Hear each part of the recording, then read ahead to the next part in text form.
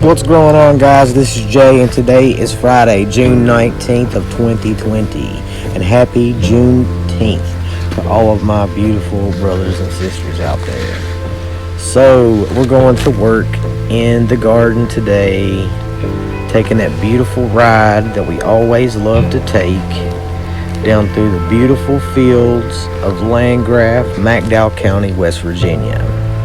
Weather's fairly nice today. It's been a great day so far, and I'm looking forward to jumping in here and getting some work done today. So the last time we were in here, we noticed that there were some water weed issues down in our cucumber patch where squashes and things like that are. So we're coming down into this area to address the situation. We're going to take some of the cardboard and layer some of the areas where the water weed's coming through. First, we're going to chop some of it down. That way we can cover up all of the blemish spots. And it's going to help slow these weeds growing through. We found that where we put cardboard on other spots like this, the weeds, they struggle coming up through there. And what weeds do come up through, they're weak. And they don't have a really strong leaf structure. So they are dying back, and it has been very helpful. So that's what we're going to do today. We're going to continue to lay cardboard out in all areas of the garden, but this is the first spot that we're focusing on today. So we're just going around all the plants that really need it, all of the really bad spots, and taking it from there. We use anything to hold the cardboard down.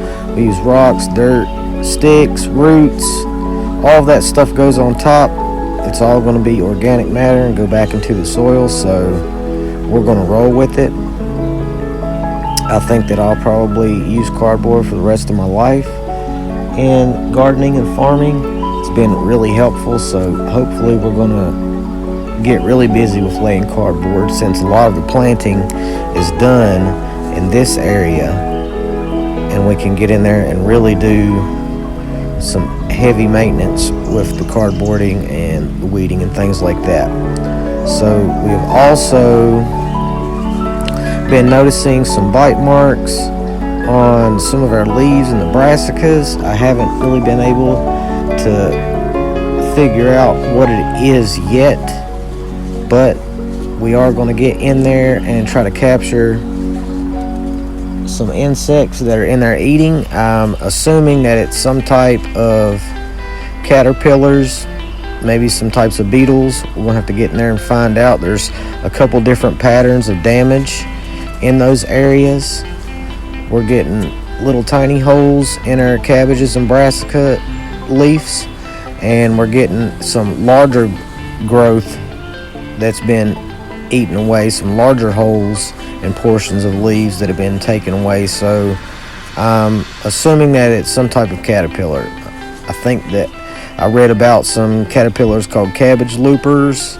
They turn into like these moths, and they just come in, they'll destroy your plants. So we're going to jump on that with some organic spray within the next week or so. First, we're going to try to get in and identify how bad the problem is, but then we'll know what we're dealing with. So just check out the time lapse, and I'm going to be quiet and let me talk in real time. What's going on, guys? This is Jay. We're down in the garden today. What we've been doing so far, we've been laying cardboard in our block 5 around our squashes and our melons and some of the problematic areas where there is water weed coming through. And what we did, we cut the water weed off, and then we cardboarded around the most crucial spots. We intend to do this entire plot eventually, but we can only do so much cardboard at a time, so we use it sparingly and where it's needed the most, and we kind of take care of the rest by hand. But as you can see, we have the entire block done. We've only been in here about an hour today, and we're out of cardboard, and we've gotten down all the taller weeds that are becoming problematic, staying on top of things. and everything is looking good. We'll take you in here and let you check out some of what's going on. We have some pollination going on with this squash over here and that butterfly. These were the first crookneck squash plants that we put in, and they are getting pretty full. They're getting pretty big. I haven't been seeing any kind of damage. This is the second planting of crookneck squash, and they have grown up since we transplanted them into the ground here. And then right back there where Felicia's working, she's working around an acorn squash, and they are getting pretty massive. But what has excited me the most about this entire block is the cucumbers. I think it's probably because my first cucumber seeds that I planted this year were a failure, so I didn't know if I was going to do any good at it or not. But I replanted seed, and the second time I planted, it was warmer. The soil temperature was above 65 degrees, which I believe that was the problem with the reason that mine died. I believe that the soil temperature wasn't high enough, so they died. I only had 2 or 3 cucumber plants to make it, so I planted enough to do a 100-foot row, and that's what I've got. I've got enough for this 100-foot row, and we've been watching these cucumbers all year, and this is pretty exciting. Let me take you in here. Look at that. Let's see, can you see that? There it is. That's a cucumber. And it's a good size one. I've been watching this thing grow since it was a flower. And there's a few more in there. I've taken you all along, and you've seen it every time I've come here. I've taken the camera in on it or taken a picture of it or something. But that's an update for now from Block 5 in our garden. We're going to continue up through here into the brassicas and maybe do a little bit of work in there, and I'll take you in there and show you a real time, because we have some plants that need transplanted out in that block, and we have mustard greens that are getting bigger, so we'll take you guys along for that. But keep rocking it with us.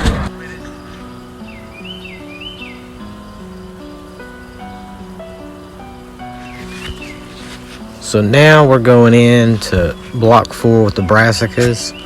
We're doing a little bit of weeding maintenance in here. Just a little bit of water weed coming through. We're going to do the same thing. We're going to chop it down and then cover it up. And the brassicas are looking pretty good. Most of them are big and beautiful without any kind of damage, but we're still going to find those pesky little bugs that keep munching on them. So I know they're so delicious and nutritious, and they just can't help themselves, but I'm going to help them. I'm going to help them stay out of there. So first we're going to find out what they are, and then we're going to treat accordingly. But the first step is getting some of this water weed down so the plants can keep growing.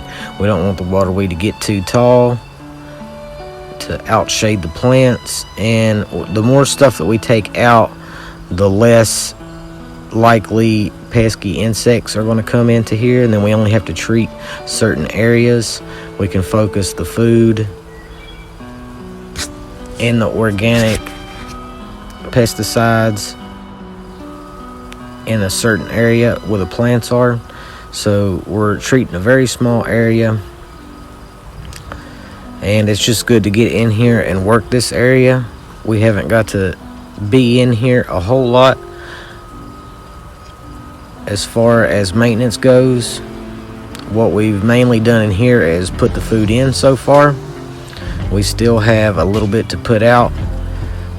We're planning on transplanting some kale out and some collards soon. We direct seeded some into the top portion of the field, so that's what we're going to do in some of the videos to follow. But first we're going to knock out this water weed, and I'm going to come in and cut in between all of the rows with the weed eater to cut down on some of this higher weeds that's not water weed. And we're just going to keep chopping it down.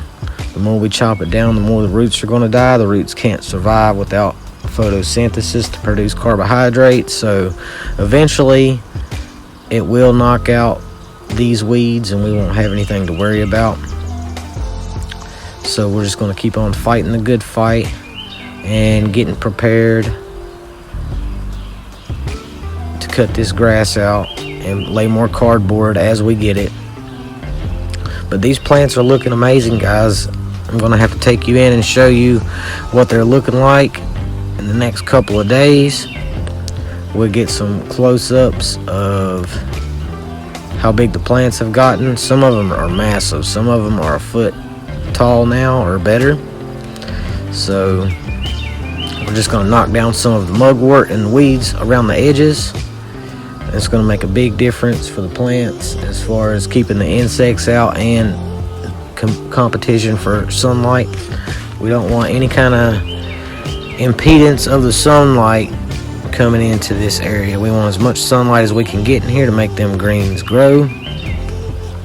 Them baby greens are going to be so good. We've been eating some of the lower leaves to help prune them up from the ground, and they are delicious. I'm telling you, they are the best. And here's a fun fact about collards. The collards, they actually get sweeter as the year progresses. After the frost hits, what will happen is the plant will send all of the water from the roots up to the leaves, and what that does, it pushes carbohydrates into the leaves, and the carbohydrates are more crystalline so they don't freeze, and it keeps the roots from freezing and busting. So it's a way that the plant preserves itself from freezing, because you can leave your plants in, most of the brassicas, you can leave them in for 2 years. Some of them take a year to make seed, some of them take a little bit longer to make seed. But the whole point of that fact was these greens are going to get sweeter as time goes on. So now that I'm done cutting the grass in there, we got a nice little shower coming down. We're going to take a break in the car, and then I'm going to jump out in a few seconds and give you a real-time video after a little bit of this rain stops and we have a chance to take a little break for a minute. So we're going to jump back in it. So check it out, guys. It just had a little bit of a rain come down. We come through the brassica patch and cleaned up in between the rows the weed eater, and you can see how beautiful that looks. These are the first plants that we put in. They're all standing tall. These are all the ones that we had direct seeded. We're going to have to transplant out, and they're all looking good. We have the Brussels sprouts, and they're all looking tall and good down through there. We have 2 rows of broccoli.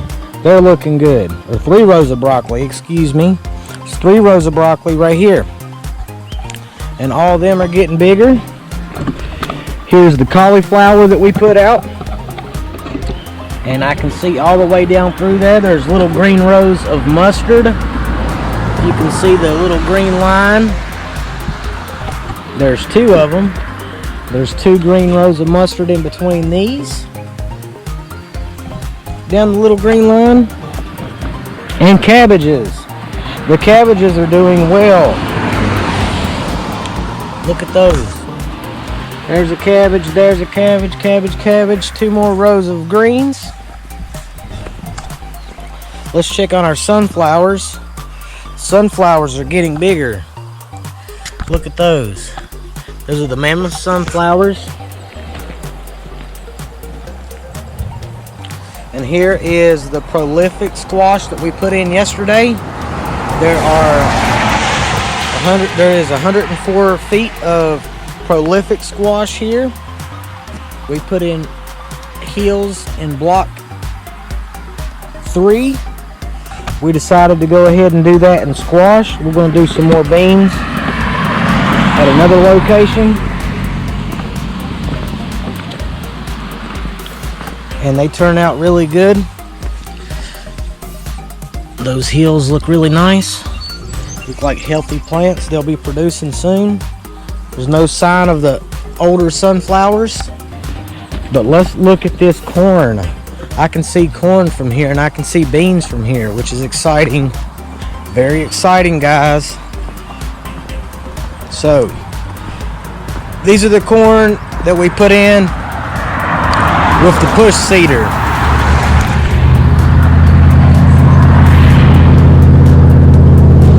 Right here in front of me is the corn. We have 600 feet of it, and it's looking great. We put in 3 rows of peppers yesterday. We have bell peppers, Marconi peppers, and Keystone peppers.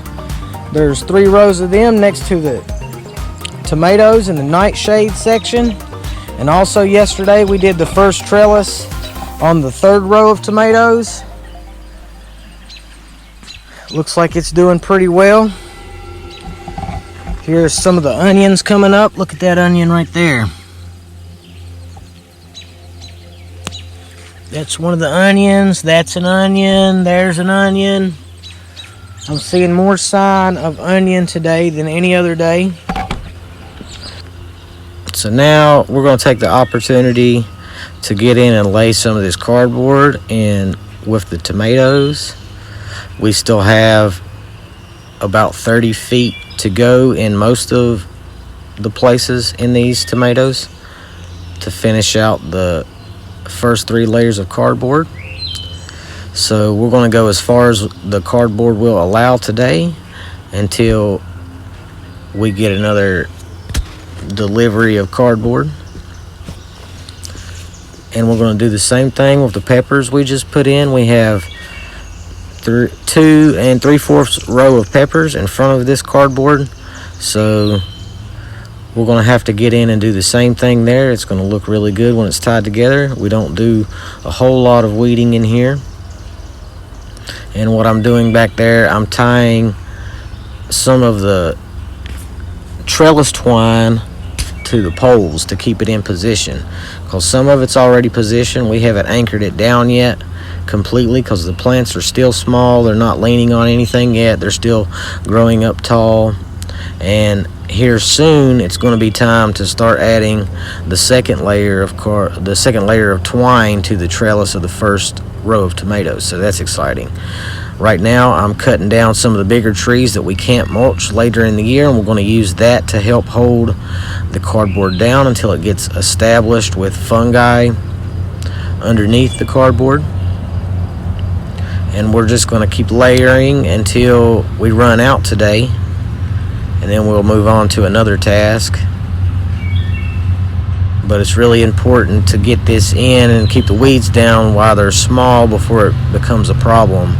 And if there's any kind of bad insects in here, we're mostly going to be looking for hornworms, and sometimes you can get potato beetles into your nightshade patches, but we're not going to worry about it until we run into it.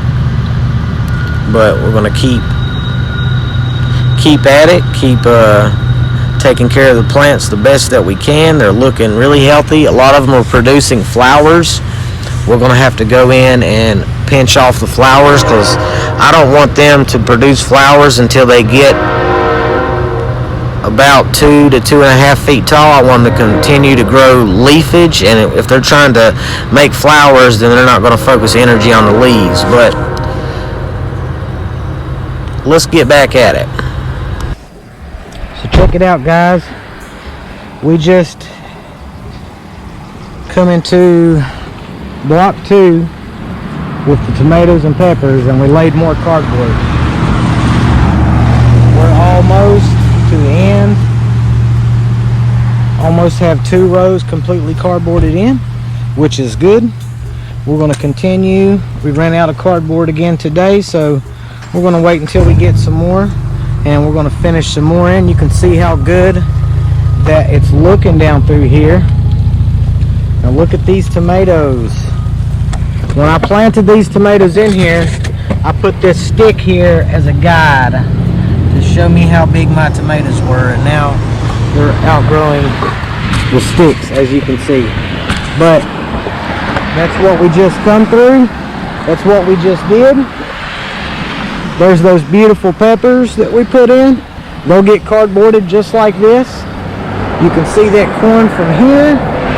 I'm pretty pleased with that. And now now I'm going to go up and work in the beans a little bit. We're going to knock down whatever water weed is showing its head in there. And it's exciting because we're going to put more beans in 10 days after these beans came up. So there is going to be more beans going in here right beside these beans in the future. It'll be the second crop. So that's going to be exciting. So I'm going to kick you back into the time lapse. Here's the tomato field from the other end. And let's get out some of this water weed. So right now I'm going through block 1 where the beans are, and I'm just knocking down any of the small water weed. It's not any kind of problem right now. We're just going to knock it down before it gets too big for these beans. There's not a big problem of water weed in this area, but we're going to make sure we stay on top of it and try to chop down as much of it as possible before we leave out of here today. And that's really the only goals that we set out for today, is to do maintenance, cardboard a little bit, and you know, keep everything that we're doing, keep the weeds out, cut some trees down, clean up the land. That's what it's all about. We're making a connection with this land, making a connection with our food. We're learning all kinds of interesting things about plants and insects and fungus and bacteria. We're just having a good time, and that's it, guys. Thank you for watching. I hope it was informational. I hope it was inspirational. Y'all should get out there and grow something for yourself. Have a good time at it. If you enjoyed the video, hit the like button down below. Hit the subscribe, notification bell for updates on future videos, and keep rocking it with us. Until next time, can you dig it?